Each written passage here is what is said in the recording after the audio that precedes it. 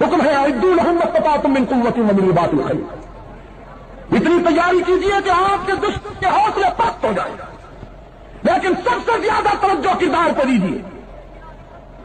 آپ نے اگر اپنے اندر وہ کردار پیدا کر لیا تو انشاءاللہ اسلحہ وہ کام نہیں کرے گا جو آپ کا کردار کام کرے گا.